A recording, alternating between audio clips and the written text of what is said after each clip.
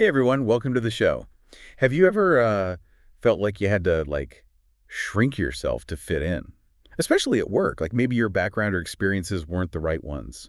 Yeah, it's a struggle a lot of people face, feeling this pressure to kind of conform, to hide those parts of who they are, to kind of climb the ladder. Yeah, exactly. And that's what's so refreshing about Laysha Ward's book, Lead Like You Mean It. It's part business leadership guide, part memoir, and it really dives deep into how to lead authentically, starting with embracing your roots. Hit that like and subscribe button because we're going to be unpacking some seriously insightful stuff. You'll find a link to the book on Amazon in the description. And what's really fascinating is how Ward uses her own story to illustrate this. She talks about growing up in rural Mississippi, then navigating the corporate world at Target, where she eventually became an executive. And she felt that initial pressure to conform, but realized that her unique background was actually a source of strength. I love this roots into gold analogy that she uses. Yeah. It's like instead of seeing your past experiences as something to hide, you learn to actually leverage them. Precisely. She even gives the example of Temple Grandin, the autistic scientist who revolutionized livestock handling. Grandin's understanding of animal behavior, shaped by her own sensory sensitivities, led to the invention of those calming hug machines for cattle. Ward's point is that what we might perceive as weaknesses can actually become strengths and even innovative solutions. That's a brilliant example. And it makes you think about how much we miss out on when we try to fit into some predefined mold. Absolutely. War emphasizes that we need to show ourselves authentically rather than assuming that others will automatically understand our perspective or where we're coming from. So it's about owning your story and being confident in sharing it, even when it feels uncomfortable. Exactly. And she doesn't shy away from sharing her own struggles with this. Ward recounts a time when she actually snapped at a former CEO Uh, about a perceived slight, and it was a wake-up call that her communication style wasn't always effective. Oh, I can relate to that. Sometimes our passion can come across in the wrong way, especially in a corporate setting. Did she talk about how she learned to navigate that? She did. Ward developed a framework for communicating more effectively, focusing on message, audience, vehicle, timing, and tone. It's about being strategic and thoughtful in how we frame our narratives. That's a really useful framework. I'm definitely going to keep that in mind. It's a great takeaway. And, speaking of navigating challenges, Ward also talks about the importance of self-care, particularly in those high-pressure situations. She even shares a personal story about having a meltdown on a Zoom call right after George Floyd's murder. And it was a crucible moment that forced her to reevaluate her approach to well-being. Oh gosh, that must have been incredibly difficult to go through. But it sounds like she found a way to process those emotions and find her footing again. She did. And she emphasizes the importance of knowing what you need in the moment, taking a step back, acknowledging the demands, and consciously choosing how to respond. It's a more mindful approach to navigating those emotionally charged situations rather than just pushing through and pretending everything's okay. That really resonates with me. It's so easy to get caught up in the whirlwind of work and ignore those internal signals telling us to slow down or to take a break. Exactly. And Ward's point is that neglecting those needs ultimately makes us less effective leaders and less compassionate human beings. It's about finding that balance between pushing ourselves and honoring our own well-being. That makes a lot of sense. Now, shifting gears a bit, I found this concept of the lunch counter incredibly powerful. It's Ward's analogy for finding your purpose right. Yes, and it's a brilliant way to frame it. She argues that finding your purpose isn't about a specific job or title, it's about identifying the impact that you want to make in the world. Okay, let's unpack this a little further. How does the lunch counter tie into all of this? Well, Ward draws a direct link to the civil rights movement, specifically those sit-ins at segregated lunch counters. She even shares a story about a conversation with Coretta Scott King, who encouraged her to find her own lunch counter within corporate America. Wow, she was mentored by Coretta Scott King. That's incredible. It is. Mrs. King recognized the potential for change from within systems, pushing Ward to see her corporate career as a platform for service and leadership.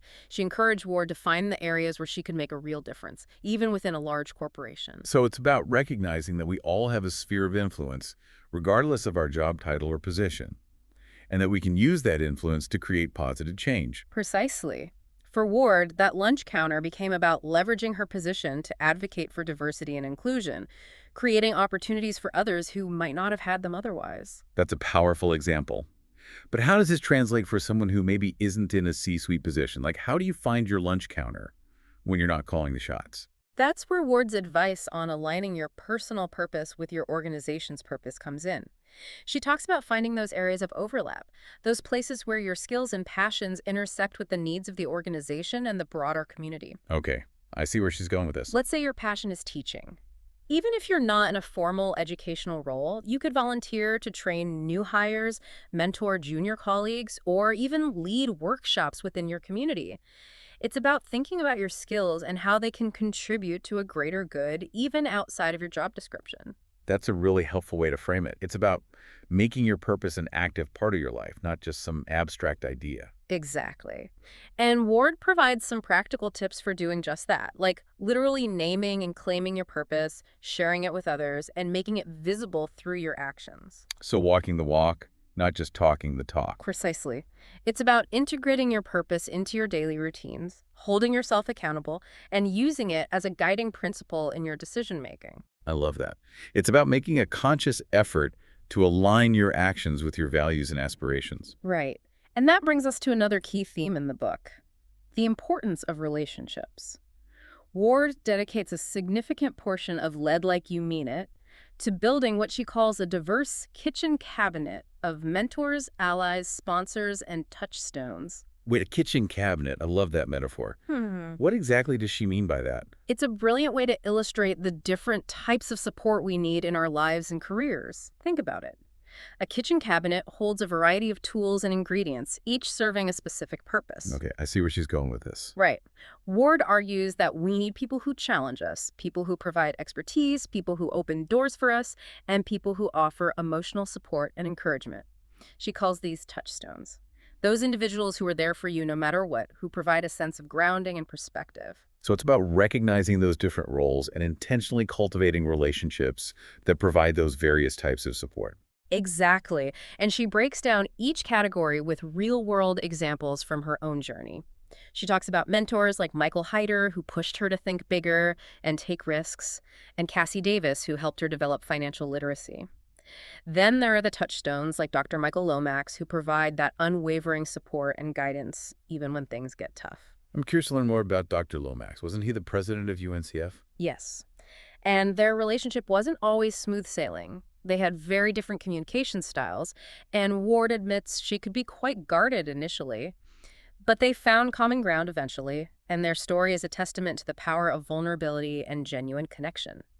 Dr. Lomax encouraged Ward to open up, to share her experiences and emotions more freely, and that vulnerability ultimately strengthened their bond. So it's not just about seeking advice or mentorship. It's about building authentic relationships based on trust and mutual respect. Absolutely. And Ward emphasizes that it's a two-way street. These relationships should be mutually beneficial, where you're also contributing to the growth and well-being of the other person. That's a good point. It's about recognizing the value that each person brings to the relationship and making a conscious effort to nurture that connection. Exactly.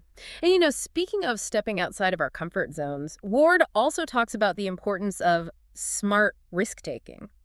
She emphasizes the need to analyze your risk appetite and use scenario planning to make informed decisions. Hold on, scenario planning.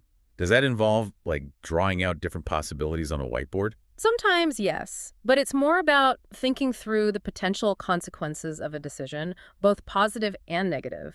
It's about anticipating potential obstacles and developing strategies to overcome them. Okay, I'm starting to get the picture. Did she give any real-life examples of how she used scenario planning? She did. Ward shares a personal anecdote about a time she unintentionally caused a stir by wearing braids to a corporate event. Wait, braids? That's what caused a stir. Believe it or not, yes. People were reading all sorts of things into it, assuming she was making a statement or about to quit. Wow, I can't believe something as simple as a hairstyle could cause such a reaction. So how did she handle it? Well, she and her team used scenario planning. They talked through the possible reactions, both positive and negative, and developed a plan for each outcome. It allowed them to navigate the situation proactively and with a sense of control, rather than just reacting emotionally. That's a smart approach. It sounds like scenario planning can be a valuable tool for navigating those unexpected challenges that inevitably arise in life and work. Absolutely. And for Ward, the experience reinforced her belief in authenticity and staying true to herself, even when it's uncomfortable or inconvenient. I love that. It's about having the courage to embrace your individuality even in a professional setting where there's often pressure to conform. Exactly. And recognizing that those seemingly small choices can have a ripple effect, inspiring others to do the same. It's about leading by example and demonstrating that authenticity is a strength, not a weakness. It makes me think about those times when I've felt pressured to conform, to tone down my personality, or hide parts of myself. Ward challenges that notion directly. She argues that our unique experiences and perspectives are valuable assets, not liabilities. Okay, but how do we actually translate that into action? Like, how do we start owning those differences and using them to our advantage? That's a great question, and it leads us perfectly into Ward's discussion of effective communication. She goes beyond just listening, stressing the importance of speaking your truth and sharing your experiences, even when it's uncomfortable. Interesting. So it's not enough to just hear what others are saying. We need to contribute our own voices to the conversation and be willing to share our unique perspectives. Exactly. And she provides some really fun and practical tips for doing just that. Remember how she mentioned struggling to adjust to the more reserved communication style in Minneapolis after moving from Chicago? Yes, she felt like her more direct, energetic style was coming on too strong. Right. So she and a colleague actually developed a system of signals to help her navigate those interactions. Wait, signals like secret handshakes? Not quite. Think more along the lines of the Carol Burnett ear tug. Okay, now I'm really intrigued. So whenever Ward's colleague sensed she was getting a little too intense or dominating the conversation, she'd subtly tug her earlobe, just like Carol Burnett's famous gesture. That's hilarious. And it worked. It did. It was a lighthearted way to remind Ward to soften her approach without making a big deal out of it. It allowed her to be more mindful of her communication style without feeling self-conscious. Genius. I'm totally stealing that. But what about those situations where you're dealing with someone who's not picking up on those subtle cues? Like when you need a more direct intervention. For those moments, Ward and her colleague had a backup signal. The thinker. As in the Rodin sculpture. The one and only. Imagine someone striking that pose mid-conversation. Okay, that would definitely get my attention. Right. It was their emergency signal. A clear indication that Ward needed to pause, take a breath, and reassess the situation. It was a humorous way to inject some self-awareness into those potentially tense moments. I love these little strategies. It's like having a secret code for better communication. It makes it feel less confrontational and more like a shared understanding. Exactly. And they highlight Ward's belief that clear communication isn't just about the words we use. It's about those unspoken signals and dynamics at play. It's about being attuned to those subtleties and finding creative ways to navigate those tricky conversations. So being mindful of those nonverbal cues and finding creative ways to navigate those tricky conversations. Precisely. And sometimes that involves having the courage to call people in. Call people in. What does that mean? It's about addressing those awkward silences, facial expressions, or dismissive behaviors in a way that invites dialogue rather than shutting it down. Okay, so not just ignoring those red flags, but actually acknowledging them and trying to understand what's going on beneath the surface. Exactly. Ward argues that sometimes those nonverbal cues are masking valuable insights or perspectives that could benefit the entire team. So it's about creating a space where people feel safe to share their thoughts and feelings, even if they're not perfectly polished or agreeable. It's about fostering a culture of open communication and respect. Precisely. And she stresses the importance of honoring both your own truth and the truth of others. It's about finding that balance between speaking up and listening deeply. This whole conversation is making me realize how often I've held back in professional settings, afraid to share my full self. Ward's message is all about embracing that vulnerability, recognizing that authenticity is what allows us to connect with others on a deeper level. That's powerful stuff. And it makes me think about those times when we need to negotiate, to find common ground despite differing opinions. Ward has some great advice on that front as well. Okay. I'm curious to hear her perspective. What are her key insights on negotiation? Well, she emphasizes the importance of starting by genuinely hearing people out, understanding their perspectives, and identifying the underlying facts or assumptions driving their positions. So not just jumping in with your own arguments, but taking the time to really listen and understand where the other person's coming from. It's about building that foundation of empathy and understanding before diving into the negotiation itself. Exactly. It's about creating a foundation of mutual respect and understanding before diving into the negotiation itself. It's about recognizing that both parties have legitimate needs and perspectives that deserve to be heard and considered. That makes a lot of sense. And it reminds me of her whole emphasis on building a culture of care and trust. Absolutely. Effective negotiation, just like effective leadership, relies on those foundational elements. So it's not just about winning or getting your way, it's about finding solutions that benefit everyone involved. It's about approaching the negotiation with a collaborative mindset rather than a competitive one. Precisely. And that requires a willingness to compromise, to be flexible, and to prioritize the long-term health of the relationship over any short-term gains.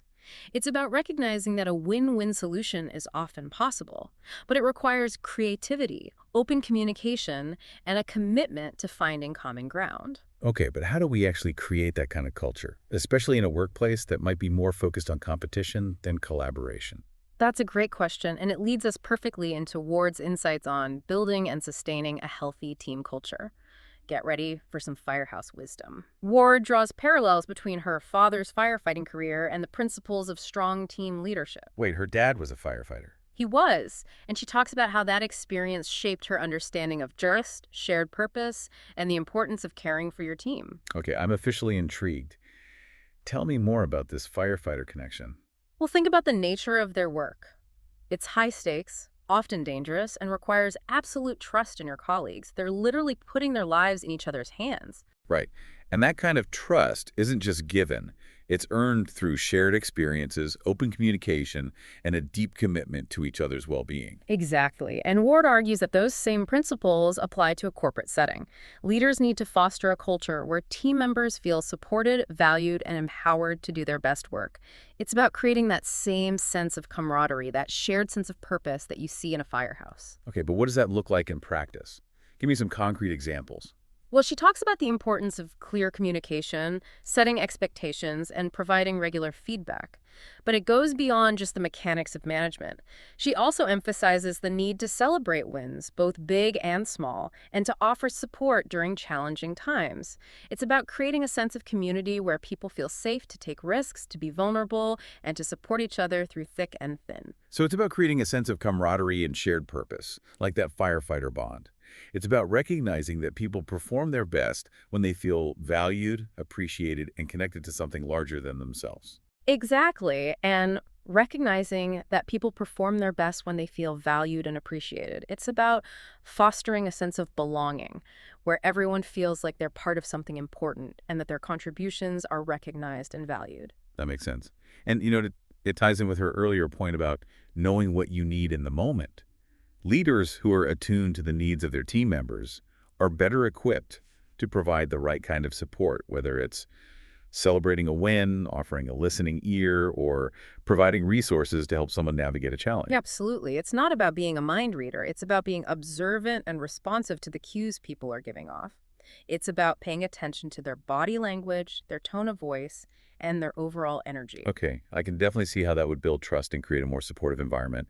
It's about creating a space where people feel comfortable asking for help when they need it and where they know they'll be met with empathy and understanding. Right. And it fosters a culture where people feel comfortable asking for help when they need it, which ultimately leads to better outcomes for everyone involved. It's about recognizing that we all have strengths and weaknesses, and that we're stronger together when we're willing to support each other and lean on each other's expertise. I love that.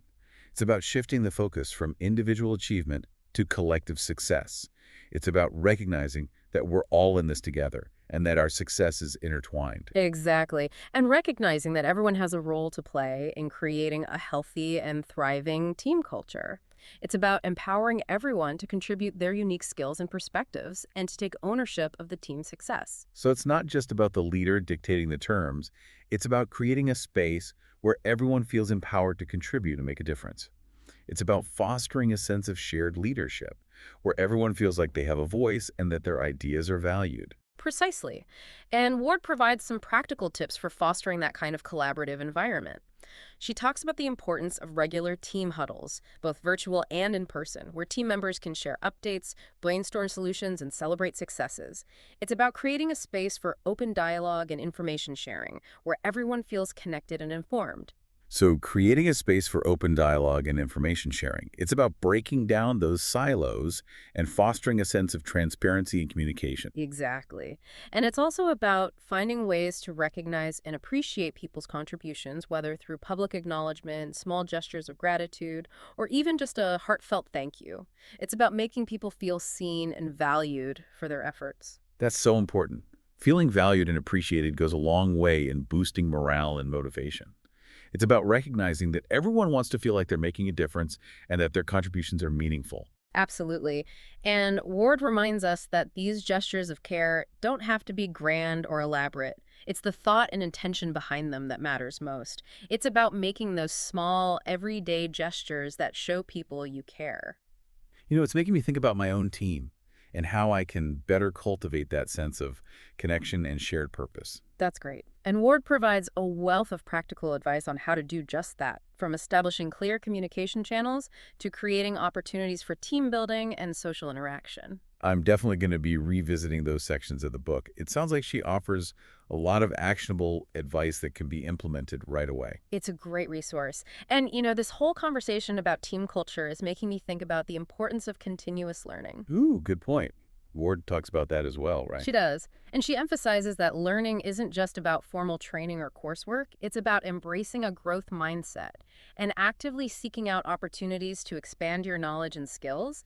It's about being curious, asking questions, and constantly striving to improve. Okay, so being open to new experiences and challenges, even when they take us outside of our comfort zones. Exactly. And Ward encourages leaders to create a culture where learning is valued and supported. But how do you actually do that? Like, what are some concrete steps leaders can take to foster that kind of environment? Well, she talks about the importance of providing access to resources, whether through training programs, mentorship opportunities, or even just time and space for self-directed learning. It's about removing those barriers and empowering people to pursue their own growth and development. So empowering people to take ownership of their learning journey and providing them with the tools and resources they need to succeed. Exactly. And it's also about recognizing that learning is an ongoing process, not a one-time event. Leaders need to create a culture where people feel comfortable asking questions, seeking feedback, and experimenting with new approaches. It's about fostering a culture of continuous improvement where everyone is encouraged to learn and grow. That makes a lot of sense. And, it ties in nicely with her earlier point about stepping out of your comfort zone. Absolutely. Growth and learning often involve taking risks and embracing those moments of discomfort. It's about recognizing that we learn the most when we're challenged and when we're willing to push ourselves beyond our perceived limitations. So it's about creating a safe space for people to try new things, even if they don't always succeed. It's about fostering a culture of experimentation and innovation where failure is seen as a learning opportunity, not a sign of weakness. Precisely. And recognizing that failures are valuable learning opportunities, not signs of weakness. It's about reframing failure as feedback, as a chance to course correct and improve. Okay, but what about those times when a team member is really struggling? Like when their lack of knowledge or skills is impacting their performance? That's where clear communication and constructive feedback come in. Right. Ward talks about the importance of addressing those issues directly, but in a way that's supportive and focused on growth. It's about providing specific, actionable feedback that helps the individual understand their areas for improvement and develop a plan to address them. Exactly. It's about providing specific, actionable feedback that helps the individual understand their areas for improvement and develop a plan to address them. It's about having those difficult conversations with empathy and compassion, recognizing that everyone is on their own learning journey. So not just pointing out the problem, but offering solutions and guidance. It's about being a coach, not a critic. Precisely. And it's also about creating a culture where people feel comfortable receiving feedback, both positive and negative, without feeling judged or attacked. It's making me realize how often I've avoided giving tough feedback, worried about hurting someone's feelings or damaging the relationship. Ward challenges us to reframe that perspective. She argues that honest, constructive feedback is a gift, a sign of respect, and a belief in the individual's potential to grow. That's a powerful way to think about it. It's about recognizing that feedback, even when it's difficult to deliver, is ultimately an act of caring. Right. And it's about recognizing that Withholding feedback, even when it's difficult to deliver, ultimately does more harm than good. It's about trusting that people want to improve and that they'll appreciate the honesty even if it's initially uncomfortable. Okay, I'm starting to see the light. I need to be more courageous in giving feedback, recognizing that it's an essential part of helping people grow and develop. Good. And this whole conversation about learning and growth is making me think about the importance of trust. Ah, yes. Trust is a recurring theme throughout the book. It's the foundation of any healthy relationship, whether it's personal or professional. It is, and Ward dedicates a whole chapter to exploring the various ways leaders can build and sustain a culture of trust. Okay, I'm all ears. Tell me everything. Well, she starts by emphasizing the importance of aligning your words with your actions. So walking the walk, not just talking the talk. Exactly. People can quickly sense when a leader's words don't match their behavior, and that inconsistency erodes trust faster than almost anything else. It's about being authentic and genuine in your interactions, both big and small. That's so true. It's about being consistent in your words and actions, showing up with integrity, and following through on your commitments. Precisely. And Ward also highlights the importance of demonstrating expertise. Okay, so knowing your stuff and being able to back up your claims with evidence or experience? Exactly. People are more likely to trust leaders who are knowledgeable, competent, and capable of making informed decisions. That makes sense. But what about those times when a leader doesn't have all the answers? Like when they're facing a situation they've never encountered before? That's where transparency and clarity come in. Ward talks about the difference between certainty and clarity, emphasizing that leaders can't always promise definitive outcomes, but they can be honest about what they know and don't know. Right. It's about being upfront about the challenges, acknowledging the uncertainties, and communicating openly with your team. It's about being vulnerable enough to admit that you don't have all the answers, but that you're committed to finding the best way forward, even in the face of ambiguity. Exactly. It's about being upfront about the challenges, acknowledging the uncertainties, and communicating openly with your team. People appreciate honesty and authenticity, even when it comes to difficult or uncomfortable truths. Okay, I can definitely see how that would build trust and create a more supportive environment. It's about recognizing that people are more resilient than we often give them credit for, and that they can handle the truth, even when it's not easy. Right, and Ward reminds us that transparency isn't a one-time event. It's an ongoing commitment to open communication and honest dialogue. So it's about creating a culture where people feel comfortable asking questions, sharing their concerns, and expressing their opinions, even if they differ from the leader's perspective. Exactly, and Ward provides some great examples of how she's used transparency to navigate challenging situations, such as layoffs or corporate restructurings. Okay, but how do you handle those kinds of conversations? Like, how do you deliver difficult news in a way that preserves trust and minimizes damage? That's a great question, and it highlights the importance of empathy and compassion. It's about acknowledging the impact those decisions have on people's lives and providing support during those transitions. Right. It's about recognizing that these decisions have real consequences for people and that we need to handle them with sensitivity and care. Exactly. And it's also about being clear about the rationale behind those decisions, explaining the why in a way that people can understand and accept, even if they don't agree with it. It's about being as transparent as possible and providing as much information as you can within the constraints of confidentiality and legal considerations. Okay, that makes a lot of sense. And, this whole conversation about trust and transparency is making me think about the importance of personal relationships. Wow. Ward dedicates a significant portion of the book to exploring the role of family, both blood and chosen, in sustaining ourselves as leaders. Absolutely. Ward argues that we can't truly flourish in one area of our lives without attending to the others. It's about recognizing that we're whole human beings, not just robots who show up to work and then clock out at the end of the day. Interesting. So it's not just about professional connections, it's about nurturing those personal bonds as well. Yeah. It's about recognizing that our personal lives impact our professional lives and vice versa. Exactly. And Ward shares some heartwarming stories about her own family, her marriage, and the importance of finding those people who provide unconditional love and support. She talks about her sister Nita, who's been a constant source of love and encouragement throughout her life, and her longtime hairstylist, Mrs. Ruby, who's become a confidant and trusted advisor. Wait, her hairstylist. Yes. It just goes to show that meaningful relationships can blossom in the most unexpected places. It's about being open to connection and recognizing those special bonds wherever they may arise. I love that. It's about recognizing that connection is a human need, Mhm. and that we can find it in a variety of places, both within and outside of the workplace. Precisely. And Ward reminds us that these personal relationships aren't just a nice to have, they're essential to our well being and our ability to thrive as leaders. Okay, but how do we actually nurture those relationships? Like, how do we make time for the people who matter most when life is so busy and demanding? That's where Ward's emphasis on resilience and self care comes back into play. It's about recognizing our own limits and prioritizing those activities that replenish our energy and bring us joy. Right. It's about recognizing that we can't pour from an empty cup and that we need to take care of ourselves in order to take care of others. Exactly. And sometimes that means saying no to certain commitments or setting boundaries around our time and energy.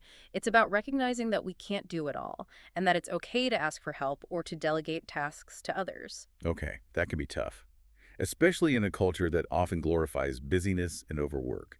We're often made to feel guilty for taking time for ourselves or for setting boundaries. Ward challenges that mindset directly. She argues that true resilience comes from taking care of ourselves, both physically and emotionally, so that we can show up fully for the people and things that matter most. That makes a lot of sense. It's about recognizing that self-care isn't selfish, it's essential to our well-being and our ability to contribute to the world in a meaningful way. Absolutely. And it's about recognizing that taking care of ourselves allows us to be more present and engaged in our relationships, both personal and professional. It makes me think about her earlier point about knowing what you need in the moment. Self-awareness is key to building resilience. Exactly. It's about paying attention to those internal cues, recognizing when we're feeling depleted, and taking steps to replenish our energy. Precisely. And sometimes that means prioritizing rest, relaxation, or simply spending time with loved ones.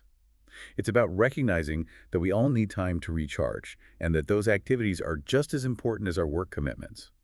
Okay, I can definitely get on board with that. But what about those times when life throws us a curveball? Like when we're facing a major challenge or setback that threatens to derail our plans. That's where Ward's discussion of forgiveness and love comes in. Interesting. So it's not just about grit and determination. It's about embracing those softer emotions as well. It's about recognizing that life is full of ups and downs, and that we need to develop the resilience to navigate those challenges with grace and compassion. Exactly. Ward argues that forgiveness, both of ourselves and others, is essential to navigating those difficult times. It's about letting go of the resentment and the anger that can keep us stuck in the past and prevent us from moving forward. Okay, I can see how holding on to resentment or anger would only make things worse. It's like drinking poison and expecting the other person to die. Right. It's about letting go of those negative emotions and choosing to move forward with compassion and understanding. It's about recognizing that we're all human and that we all make mistakes. It's about extending that same grace and compassion to ourselves that we would offer to a loved one. But that's easier said than done. Like, how do you actually forgive someone who's hurt you deeply? Or even forgive yourself for making a mistake that had serious consequences? That's a very personal question, and Ward acknowledges that there's no one-size-fits-all answer. But she stresses the importance of recognizing that forgiveness is ultimately a gift. We give ourselves a way to release the burden of pain and resentment and to create space for healing and growth. That's a powerful perspective. It's not about condoning the behavior or saying that what happened was okay. It's about freeing ourselves from the emotional baggage that can keep us stuck. Exactly. And it ties in nicely with her emphasis on love as a source of strength and resilience. Okay, I'm intrigued. Tell me more about this connection between love and leadership. It seems like those two things are often seen as separate or even contradictory. Ward challenges that assumption head on. She argues that love isn't just a soft emotion, it's a powerful force that can fuel our leadership, our relationships, and our impact on the world. She starts by sharing a personal story about her marriage, which has faced its share of challenges over the years. Oh, wow. I didn't realize she'd gone through a separation. She did, and she talks about how that experience tested her resilience and forced her to confront some difficult truths about herself and her relationship. Okay, I'm definitely on the edge of my seat now. Well, without going into too much detail, Ward ultimately chose to reconcile with her husband, recognizing the deep love and commitment they shared. It was a difficult journey, but it ultimately strengthened their bond and taught them valuable lessons about forgiveness, communication, and the power of love. That's so beautiful. It's a reminder that even the strongest relationships require work and a willingness to navigate those inevitable ups and downs, and that sometimes the greatest growth comes from those challenging times. Exactly. And Ward argues that those same principles apply to our relationships at work and in the community. It's about being intentional, investing in those connections, and choosing to love and support each other, even when it's challenging. So it's about recognizing that love isn't just a feeling. It's a choice we make every day to show up for the people in our lives, to support them, to encourage them, and to celebrate them. Precisely. And Ward reminds us that love isn't just a nice to have, it's essential to creating a more just and equitable world. She argues that love is what connects us, what breaks down barriers, and what inspires us to act with compassion and empathy. Okay, I can definitely see the wisdom in that. Hmm. But how do we actually put that into practice? Like, how do we make love an active part of our leadership? It seems like a pretty abstract concept. That's a great question, and it leads us perfectly into Ward's discussion of service and the importance of giving back to our communities. Perfect. This is exactly what I need to hear. Well, get ready for some heartwarming stories. Ward shares personal anecdotes about her own family traditions of giving and the impact those experiences had on her values and worldview. She starts by recounting a heartwarming story from her childhood. Each Christmas Eve, her parents would have her and her siblings choose one gift from under the tree to give away to a child in need. Wait, they gave away their Christmas presents. They did. And Ward talks about how that tradition instilled in her a deep sense of empathy and the importance of recognizing the humanity in everyone. It taught her that giving isn't about material possessions. It's about recognizing the needs of others and extending a hand of compassion. That's such a powerful lesson. And it really highlights the fact that giving doesn't have to be grand or elaborate. It's about those small acts of kindness that make a difference in people's lives. Right. It's about making generosity a part of our everyday lives, whether it's holding the door for someone, offering a listening ear to a friend in need, or volunteering our time at a local charity. Exactly. And Ward argues that those acts of giving ultimately benefit the giver as much as the receiver. It's about recognizing that we're all interconnected and that when we give to others, we're ultimately giving to ourselves. Precisely. Ward talks about how giving fosters a sense of connection, purpose, and gratitude. It reminds us of the abundance in our own lives and inspires us to share that abundance with others. Okay, I can definitely see how that would be true. When you focus on what you have to give rather than what you lack, it shifts your whole perspective. Right. And she reminds us that giving doesn't always have to involve money or material possessions. It can be about volunteering our time, sharing our skills, or simply offering a listening ear to someone in need. That's a great point. There are so many ways to give back and make a difference, even if we don't have a lot of money or resources. Absolutely. And Ward encourages us to find those opportunities that align with our passions and interests. It's about finding those causes that speak to our hearts and making them a part of our lives in a way that feels authentic and fulfilling. So it's about finding those causes that speak to our hearts and making them a part of our lives. It's about aligning our giving with our values and our purpose. Exactly. And she provides some great examples of how she's integrated giving into her own life and career, from supporting educational initiatives to advocating for diversity and inclusion. You know, it's making me think about my own giving habits and how I can be more intentional about making a difference in my community. That's great. And Ward provides a wealth of resources and inspiration to help us get started. She encourages us to think about our own unique skills and talents and how we can use them to make a positive impact. I'm definitely going to be revisiting those sections of the book. It sounds like she offers some practical guidance on how to find those opportunities and how to make giving a more integrated part of our lives. It's a great resource. And, this whole conversation about giving and service is bringing us back full circle towards core message of leading with meaning. Right. It's about integrating our values and purpose into every aspect of our lives, from our work to our relationships to our contributions to the community. It's about recognizing that leadership isn't just about a title or a position. It's about how we show up in the world and the impact we have on others. Exactly. And Ward reminds us that leadership isn't just about holding a formal title or position of authority. It's about using our influence, however big or small, to make a positive impact in the world. Okay, but how do we actually do that? Like, how do we translate those lofty ideals into concrete actions? That's a great question, and it's one that Ward explores in depth throughout the book. She provides a wealth of practical advice, inspiring stories, and actionable strategies to help us lead with meaning in our own unique ways. It sounds like she offers a really comprehensive approach to leadership, incorporating those inner qualities of self-awareness, compassion, and purpose, along with those more practical skills of communication, collaboration, and delegation. Exactly. She recognizes that leadership is both an art and a science, and that it requires both head and heart. It is about the impact we make on others and the contributions we make to the world around us. It's about what we leave behind, the difference we make, and the people we inspire. Exactly. And Ward dedicates the final chapter of the book to exploring the idea of legacy and how we can create a lasting impact on the world. Okay, I'm ready to dive into this. What are some of Ward's key insights on legacy?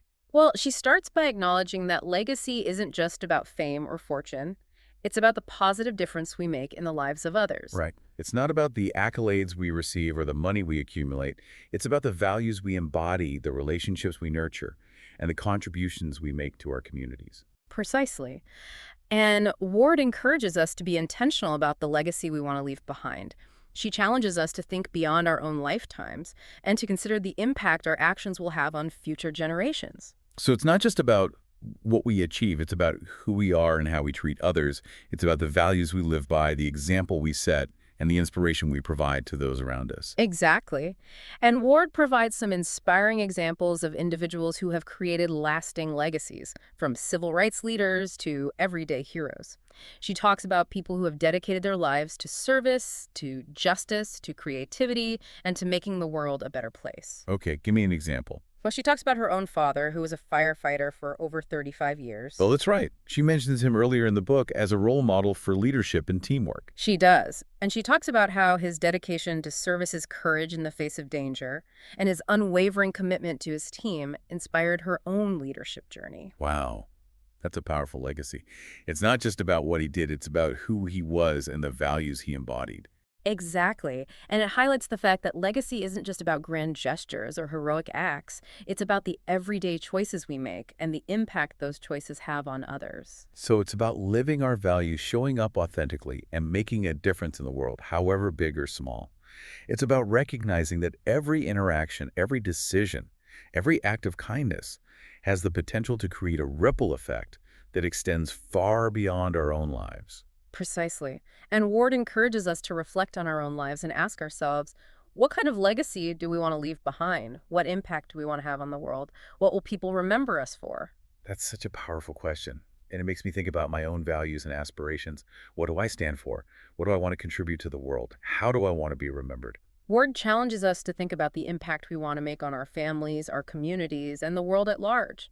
She encourages us to think big, to dream big, and to act with courage and compassion.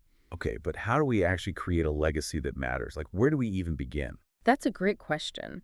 And Ward provides some practical advice and inspiring examples to help us get started. She talks about the importance of identifying our core values and making sure our actions align with those values. So, walking the walk, not just talking the talk. It's about living a life that's consistent with our beliefs and our aspirations. Exactly. And she also emphasizes the importance of building strong relationships, nurturing our communities, and leaving a positive mark on the world. It's about recognizing that we're all interconnected and that our actions have a ripple effect that extends far beyond ourselves. Right. It's about making a difference, however big or small. It's about using our unique gifts and talents to contribute to something larger than ourselves. Precisely. And Ward reminds us that legacy isn't something we create overnight. It's something we cultivate over time through our everyday choices and actions. So it's about being intentional and living a life that reflects our values and aspirations. It's about making choices that are aligned with our purpose and that contribute to the well-being of ourselves, our communities, and the world around us. Exactly. And she provides some inspiring examples of individuals who have done just that, from civil rights leaders to everyday heroes who have made a difference in their communities through small acts of kindness and service. It's making me realize that legacy isn't just about what we accomplish. It's about who we are and how we treat others. It's about the love we share, the kindness we extend, and the impact we have on the hearts and minds of those around us. Beautifully said. Ward challenges us to live our lives in a way that inspires others, uplifts our communities, and leaves the world a little better than we found it. She argues that legacy isn't just about what we leave behind, it's about the difference we make while we're here. This deep dive into Lead Like You Mean It has been so insightful. Laysha Ward's book is full of wisdom, practical advice, and inspiring stories that challenge us to step up our leadership game, both personally and professionally. What resonated with you most? Was it her personal journey, her kitchen cabinet concept, or maybe your insights on leading with love? Share your favorite takeaway in the comments below, and don't forget to share this episode with someone who could use a little inspiration to lead like they mean it. Thanks for joining us.